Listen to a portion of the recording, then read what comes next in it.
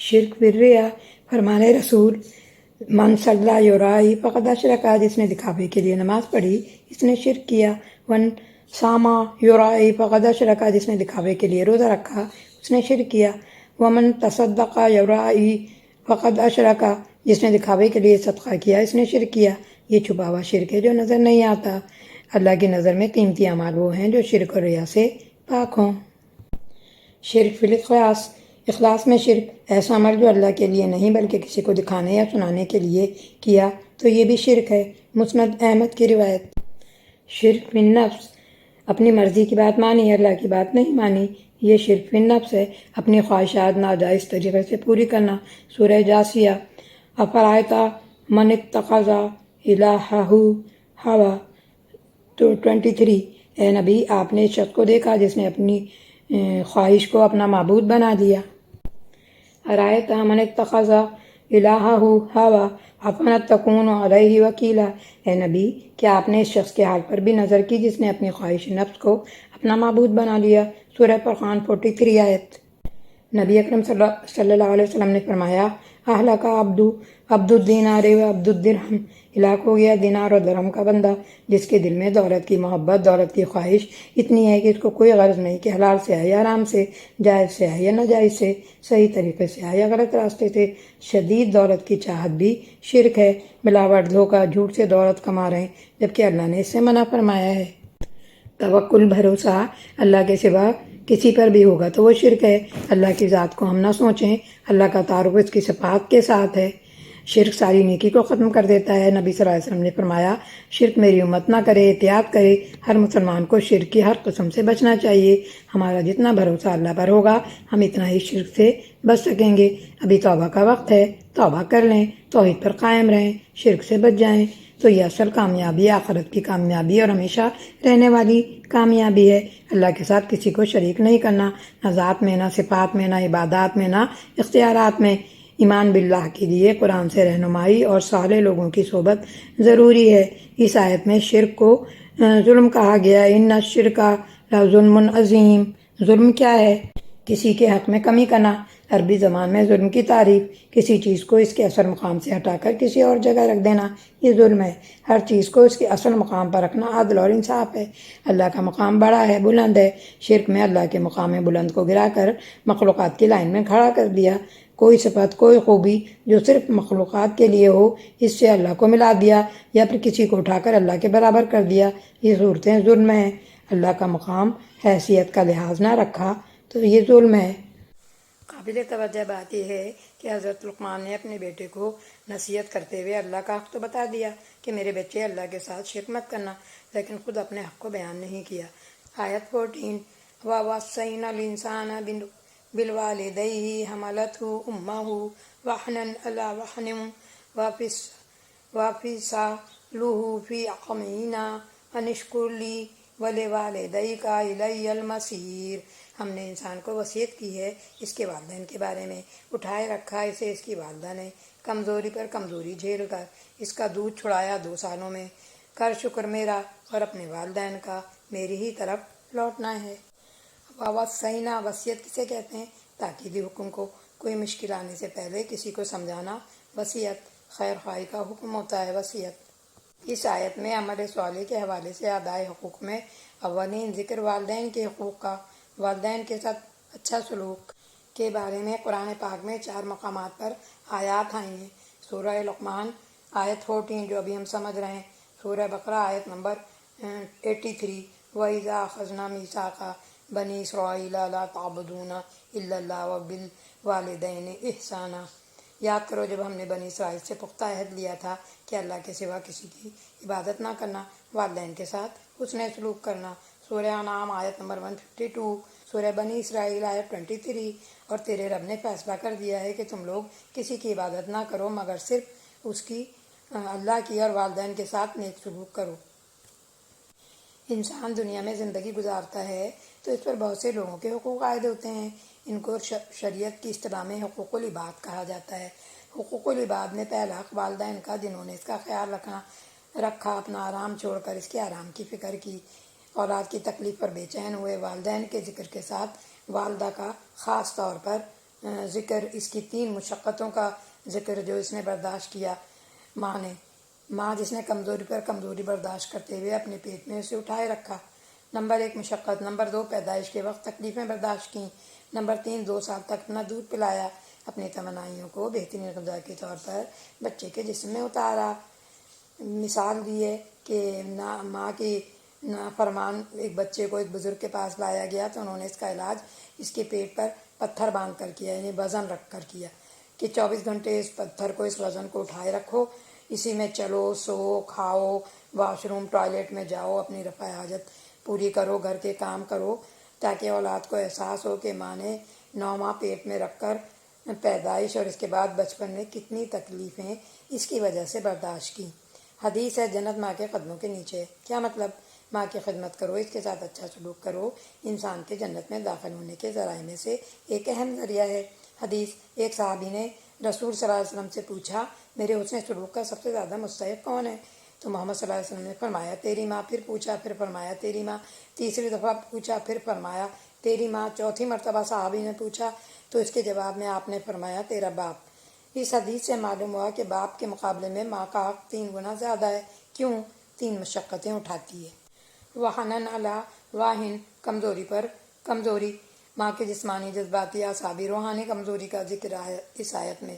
جسمانی کمزوری، بال گرنا، ہڈیاں کمزور ہونا، جذباتی کمزوری، چھوٹی چھوٹی باتوں کو محسوس کرنا، غصہ کرنا، جھنجھلانا، روحانی کمزوری، نماز پڑھنے، روزہ رکھنے میں دشواری ہوتی ہے، پھر پیدائش کے بعد بھی 1 ماہ تک بلیڈنگ کمزوری بھی رہتی ہے اور نماز روزہ بھی نہیں ہوتا، آرام، نیند، سکون جو ہے وہ متاثر ہوتا ہے۔ انسانوں میں سب سے پہلا حق والدین کا، دونوں کے شکر گزار ہونے کی ضرورت ہے، لیکن خاص طور پر ماں کی ذمہ داری زیادہ ہے۔ والدین کا شکر کیسے ادا کریں؟ والدین نے جو احسانات کیے ہیں ان کے بارے میں سوچئے، اس کا اظہار کریں، ان سے ان کے لیے دعا کریں اور پھر ان کی خدمت کریں۔ اگر وہ آپ کے ساتھ رہتے ہیں اور آپ کے ساتھ نہیں ہیں تو ایسے کام کریں جس سے ان کو فائدہ پہنچے، اچھے اخلاق کا مظاہرہ کریں۔ اولاد اچھا کرے گی تو اس کے ماں باپ کا نام روشن ہوگا، اور برا کریں گے تو ماں باپ بدنام ہوں گے۔ حدیث، قیامت میں کچھ لوگ آئیں گے، کہا جائے گا ان کی نیکیاں ان کی اولاد کھا گئی۔ بعض اوقات اولاد کی خرابیاں دنیا اور آخرت میں رسوائی کا سبب بن جاتی ہیں۔ اولاد دنیا میں والدین کا نام روشن کرے اور مرنے کے بعد صدقہ جاریہ بنے۔ دوسرے ملک میں والدین ہیں تو مصروفیات کے باوجود ہفتے میں 1 دفعہ انہیں ضرور کال کر کے ان کی خیرافیت پوچھیں، ان سے باتیں کریں۔ ہم والدین کو جزاک اللہ بھی نہیں کہتے۔ شیطان ہمیں اہم کام بھلا دیتا ہے، اہم کام اللہ کی عبادت اور دوسرا والدین کے ساتھ اچھا سلوک، اس کا بڑا اجر ہے۔ فادر ڈے اور مدر ڈے ایک دن منانا یہ والدین کے ساتھ حسن سلوک نہیں ہے۔ زبان سے والدین کی تعریف کریں تاکہ وہ خوش ہوں۔ والدین زندہ ہیں تو نیکی کما لیں۔ پھر کہا اللہ تعالیٰ نے الیہ المصیر، لوٹنا تو میری طرف ہے، میں شکر کرنے والوں کو جزا اور ناشکری کرنے والوں کو سزا دوں گا۔ والدین کا بھی جو خدمت کرتے ہیں، شکر ادا کرتے ہیں تو ان کے لیے بھی جزا ہے، جو نہیں کرتے ان کے لیے بھی سزا ہے۔ کچھ لوگوں نے یہ بتایا کہ والدین نے بہت تنگ کیا ہے اور تربیت بھی اچھی نہیں کی، اس لیے ہم اس کا شکر نہیں ادا کرتے۔ تو اس آیت میں والدین کی شکر کی جو وجہ بتائی ہے اس سے کوئی انکار نہیں کر سکتا۔ حمل، پیدائش، دودھ پلانا، والدین نے بدسلوکی کی، لیکن اس آیت کی وجہ کو لے لو اور ان کے شکر گزار بن جاؤ۔ والدین کے حقوق کے بارے میں ایک سوال پیدا ہوا ہے کہ ایک اللہ کا حق ہے، دوسرے مخلوقات میں سب سے بڑا حق والدین کا۔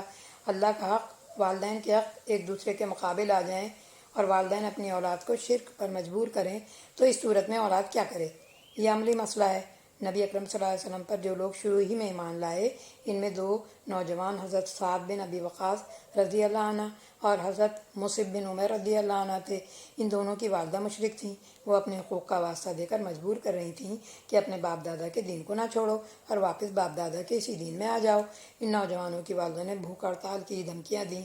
اب یہ فرما بردار، نیک اور سمجھدار نوجوان کے سامنے یہ مسئلہ آ گیا کہ اب کیا کریں؟ تو قرآن نے حل پیش کیا آیت نمبر 15 میں، ان جاہداک علی ان تشرک بہ ما لیس لک بہ علم فلا تطیعہما، اگر وہ تجھے مجبور کریں یا جھگڑا اس بات پر کریں کہ تو میرے ساتھ شریک ٹھہرائے جس کے لیے تیرے پاس کوئی علم نہیں، تو ان کا کہنا نہ مان۔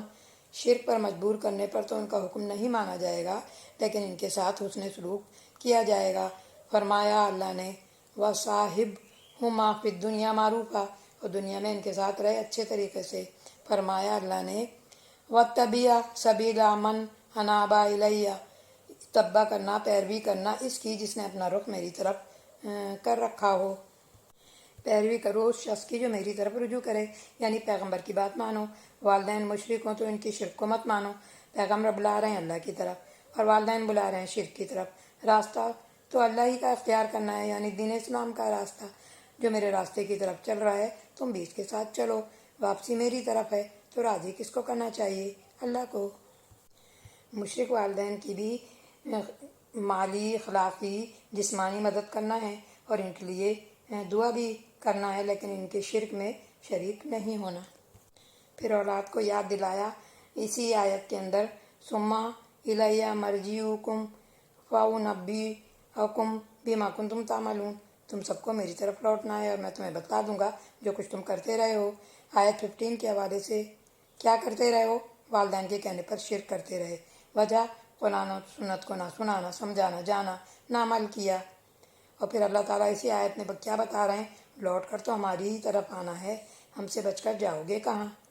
بھی معاملات میں والدین کے ساتھ حسن سلوک کرو، جیسے اعمال کرو گے اللہ کو پتہ ہے، وہ بھولے گا نہیں، آخرت کے دن تمہارے سامنے پیش کر کے جزا اور سزا دے گا۔ قرآن کریم میں بار بار اولاد کو نصیحت کی جاتی ہے کہ وہ اپنے والدین کا خیال رکھیں۔ رسول صلی اللہ علیہ وسلم نے بھی اس کی تاکید فرمائی ہے۔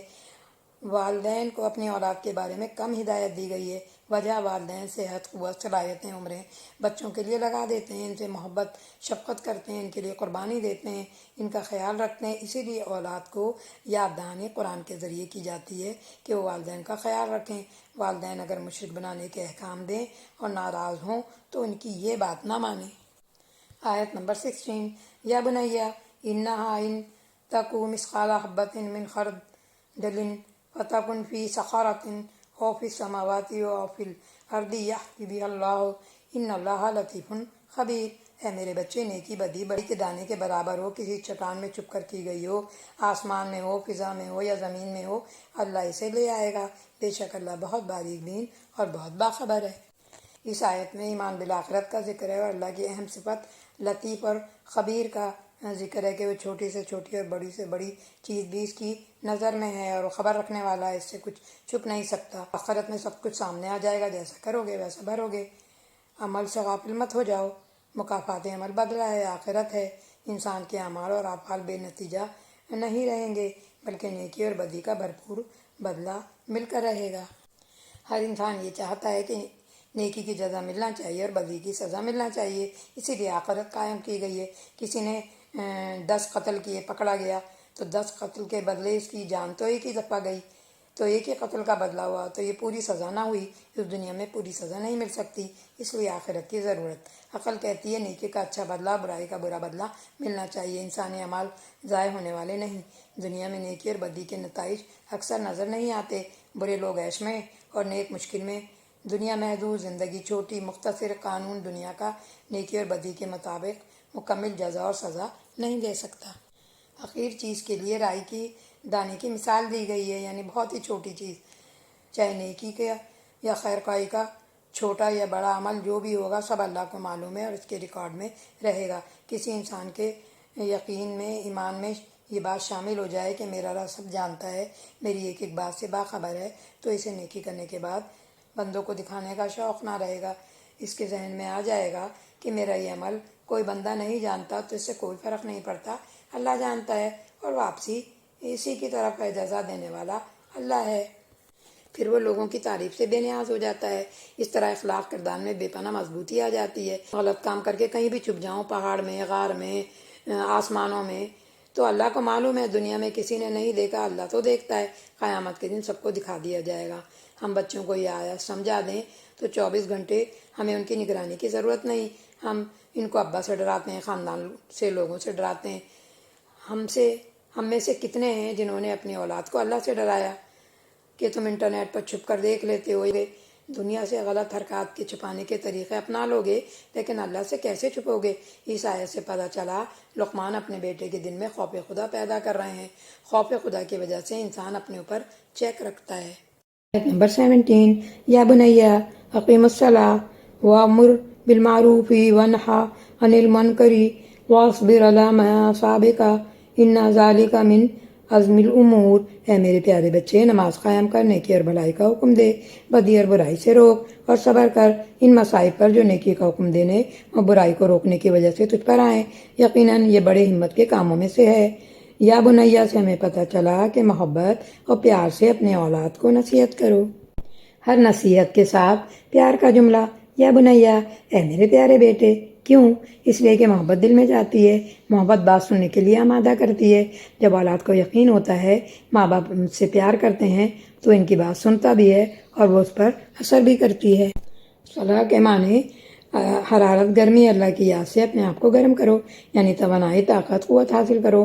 نماز کے ذریعے اللہ سے تعلق مضبوط کرو تاکہ اللہ کی مدد بھی ملے، حفاظت بھی ملے اور سکون بھی ملے، اللہ بھی راضی ہو جائے۔ نماز قائم کرنا مطلب خود بھی پڑھو اور دوسروں کو بھی نماز پڑھنے کا کہو، خاص طور پر اولاد کے نماز کی فکر کرو۔ نماز کا حکم کون دے رہا ہے؟ رب کریم، جو سپر پاور ہے۔ سپر پاور کا حکم نہ مان کر نقصان اٹھاؤ گے۔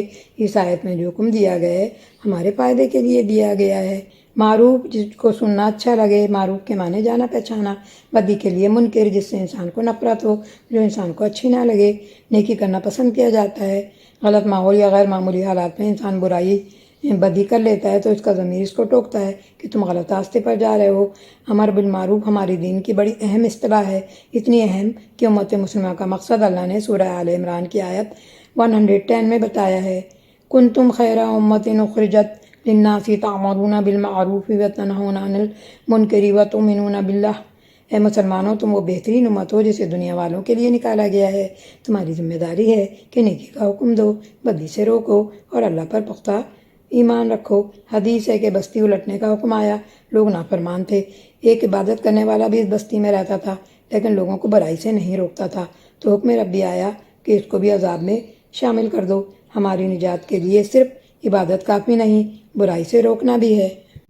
ایسا نہ ہو کہ ہم لوگوں کو تو برائی سے روکتے رہیں، نیکی کی تلقین کرتے رہیں اور خود عملی نہ کریں۔ برائی پر ہم دوسروں کو تنقید کریں اور اپنی برائیوں پر نظر ہی نہ ڈالیں اور ان کو دور کرنے کی فکر ہی نہ کریں۔ سورہ بقرہ آیت نمبر 44 میں بنی اسرائیل کے جرائم کی جو فہرست بیان ہوئی ہے، اس میں ایک جرم یہ بھی فرمایا گیا، آتامرون الناس بالبر وتنسون انفسکم۔ کیا تم لوگوں کو نیکی اور بھلائی کا حکم دیتے ہو اور انہیں اس کی تلقین اور نصیحت کرتے ہو اور اپنے آپ کو بھول جاتے ہو؟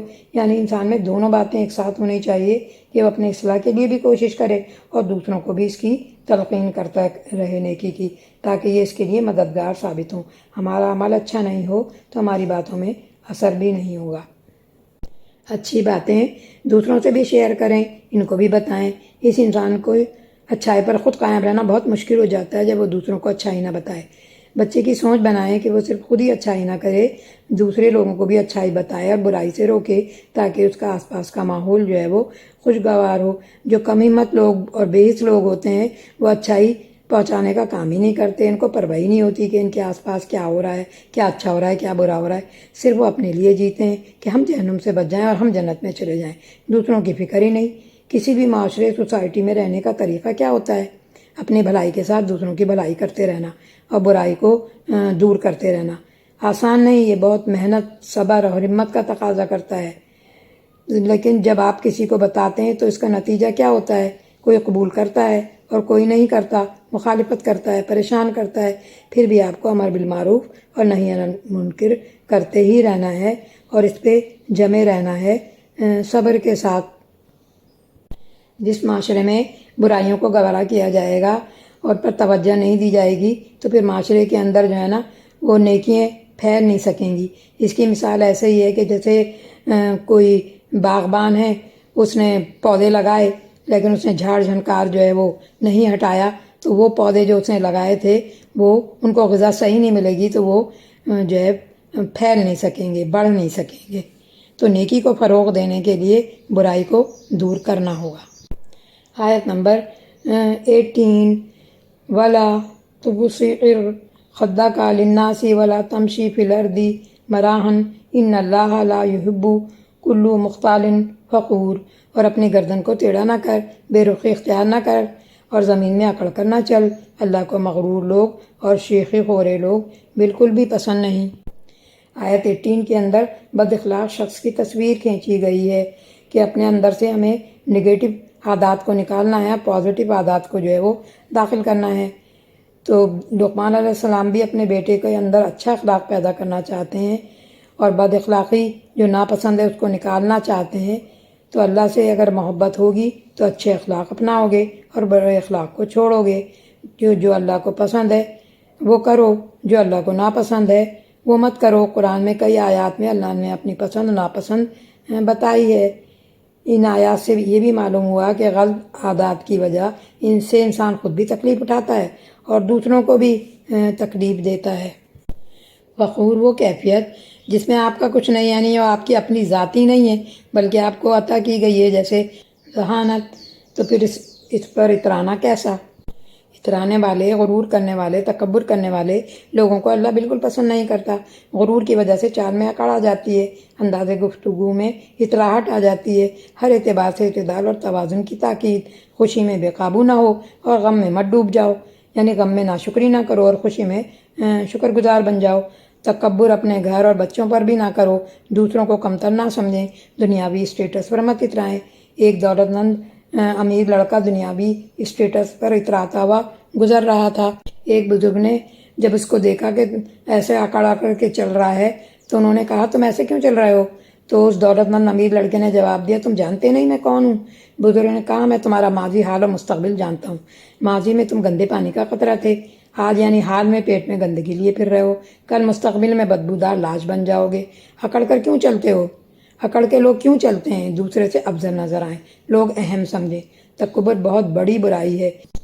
آیت نمبر 19 واقصد فی مشیک واغضض من صوتک ان انکر الاصوات لصوت الحمیر، اپنی چال میں میانہ روی اختیار کر، اپنی آواز کو آہستہ کر، اس لیے کہ تمام آوازوں میں سب سے بڑھ کر ناپسندیدہ آواز گدھے کی آواز ہے۔ آہستہ بات کرو، چلا کر چیخ کر بات مت کرو، تیز آواز میں مت بولو۔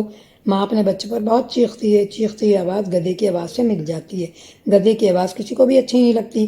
صحابہ کرام رضی اللہ عنہ کی توجہ اپنی اصلاح پر بہت رہتی تھی، وجہ وہ اپنے رب کو راضی کرنا چاہتے تھے۔ ہم میں برائی روکنے کا حوصلہ نہیں کہ لوگ برا مان جائیں گے۔ اچھی بات بتاتے وقت ذاتی فائدہ نہ سوچیں، لوگوں کا فائدہ سوچیں۔ جیسے نبی نے عمل کیا ہم نے ویسے ہی کرنا ہے۔ اپنا عمل کافی نہیں، دوسروں کو بھی نیکی کی تلقین کرنا ہے۔ ایمان کمزور ہوگا تو عمل بھی کمزور ہوگا۔ اپنے گھر سے اچھائی شروع کریں اور برائی کو دل سے برا سمجھیں تاکہ برائی کو روک سکیں۔ والدین اپنی اولاد کو جو بہترین تحفہ دے سکتے ہیں وہ علم دینی اور دنیاوی ہے۔ آپ کی عقل مندی کا امتحان دراصل آپ کے بچے کی تربیت سے ہو سکتا ہے۔ آپ نے کس قسم کے بچے ملک اور قوم کے حوالے کیے ہیں۔ یہ اولاد اللہ کی نعمت بھی ہے اور امانت بھی ہے۔ دعا ہے کہ اللہ ہمیں حکمت عطا فرمائے، یہ حکمت صحیح سمجھ محض ہمارے ذہن اور سوچ کی حد تک محدود نہ رہے بلکہ ہماری سیرت، کردار، اخلاق اور معاملات میں بھی شامل ہو جائے۔ اللہ ہمیں ہر قسم کے شرک سے بچا، اللہ ہماری نسلوں کو بھی ہر قسم کے شرک سے بچا، ہمیں اپنے والدین کے لیے صدقہ جاریہ بنا اور ہماری اولاد کو ہمارے لیے صدقہ جاریہ بنا، اور اولاد کی اسلامی تربیت کرنے میں اے اللہ ہماری مدد فرما۔